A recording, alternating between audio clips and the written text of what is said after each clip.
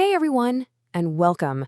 Today, I want to walk you through a really moving passage from the Quran's Surah Al-Furqan. It speaks to something so deeply human and difficult, the pain of bringing a message of truth to people, only to be met with rejection. This particular section has been described as one of the most emotionally dense parts of the entire chapter.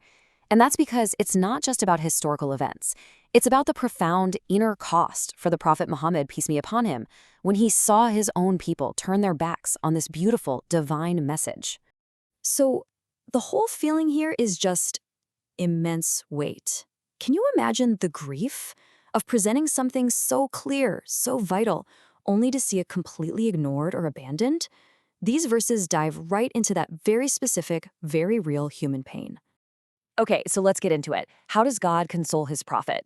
Well, this is what's so fascinating. It's not with some grand promise of a quick victory. Instead, it's by gently shifting his focus to the powerful, silent truths that are all around us every single day. Truths basically hiding in plain sight. And it starts with something you couldn't get more ordinary than a shadow. Verse 45 asks us to just consider the shadow. It only exists because there's light. It moves, it stretches, it recedes with this perfect, predictable obedience. It never argues, it never resists, it just follows the laws that were set for it. What a powerful lesson in submission, right there on the ground beneath our feet. And then in verse 46, we're told how God withdraws the shadow. It says with a gentle withdrawal. Day turns into night without some big, violent chaos. It's a subtle but powerful reminder to the prophet. Real, powerful change doesn't have to be loud and disruptive. Just like the light gently returns, guidance will too, but on God's schedule. And the metaphors just keep building. Verse 47 calls the night a kind of garment that covers us, and sleep is a form of rest, like a temporary shutdown. But then the day is called a nushur, a resurrection. Think about that. Every 24 hours, we go through this mini cycle of death and rebirth. It's like a constant rehearsal for the ultimate reality. Now let's see how this all connects. Verse 48 talks about the winds, which are sent as glad tidings right before God's mercy arrives. They're literally an announcement that the rain is coming. In other words, mercy announces itself. It sends hope before it delivers relief.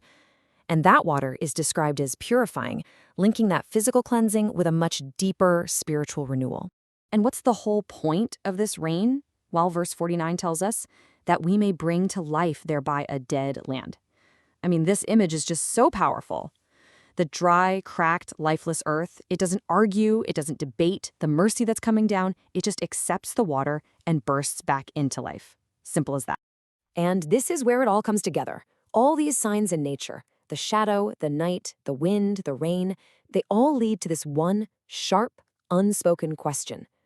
If even dead land responds so easily to a sign of mercy, what possible excuse does a conscious, thinking human being have to actively refuse it? And that is the pivot point. That's the real source of the prophet's grief. It isn't just the rejection itself, it's this painful, shocking contrast between the effortless, beautiful submission of the entire natural world and the conscious, willful resistance of humanity. This brings us right to the core conflict in verse 50. It's laid out so clearly. On one side, you've got the dead land. It receives mercy, and it lives. On the other side, you have most people. They're shown the exact same signs, the same mercy, but they refuse everything, except ingratitude. Now, the verse uses the word kufr, and it's so important to understand that in this context, it's not just about ignorance or not knowing. It describes a state of active rejection that's born from ingratitude. It's a deliberate act of pushing away the truth that's all around you. So the real tragedy isn't a lack of signs, it's this response. So after establishing this really painful contrast, the verses then offer the ultimate consolation. It's like this observation of nature leads directly to a redefinition of the mission itself. God reframes the prophet's entire task to remind him of its true scope. And in doing that, he just lifts that heavy emotional burden. This line from verse 51 is such a direct reassurance from God. The message is so clear. Hey, if the goal was just to have somebody in every single town making noise, I could have sent a warner to every single city. But that was never the plan. This is so powerful because it separates the prophet's effort from the outcome, placing the results firmly in God's hands. So the crucial point here is that the prophet is not responsible for personally reaching every single person. The divine plan is centered on a different kind of wisdom, one messenger delivering one final, clear Quran. His job is the faithful delivery of the message, not forcing an outcome in every single heart. It's a shift from feeling the burden of conversion to a duty of clarity. Okay, so with this burden lightened and with the mission clarified, a new mandate starts to emerge. What is the prophet actually told to do now in the face of all this rejection? The passage builds towards this incredibly powerful, climactic instruction that really defines the nature of his struggle from here on out. So after seeing nature's submission, understanding human rejection, and having his mission put back into perspective, what comes next? What is the final instruction? He is commanded to engage in a jihad kabir, a great striving.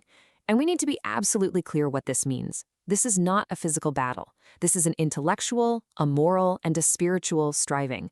It's a struggle that you wage with persistence, with patience, and with the unwavering power of a clear, compelling, beautiful argument.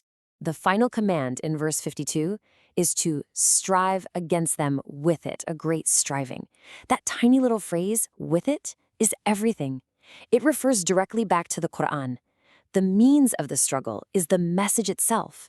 So the response to rejection isn't despair, it's not anger, it's a renewed, great striving using the clarity and the power of the Quran. So to just kind of pull this all together, what have we learned from this incredible passage? First, the prophet's grief is real and it's validated, but it is not a measure of his success or failure. Second, nature's quiet, effortless obedience is this powerful lesson that stands in stark contrast to humanity's conscious resistance. And finally, the ultimate response to that resistance is a great striving that is purely intellectual and spiritual, with the Quran as its only tool. And that really leaves us with a final thought to reflect on. If this passage defines the greatest striving as one that's waged with a message, with ideas, with clarity, and with moral argument, how might that reshape our own understanding of what it means to struggle for what we believe in our own debates and discussions today?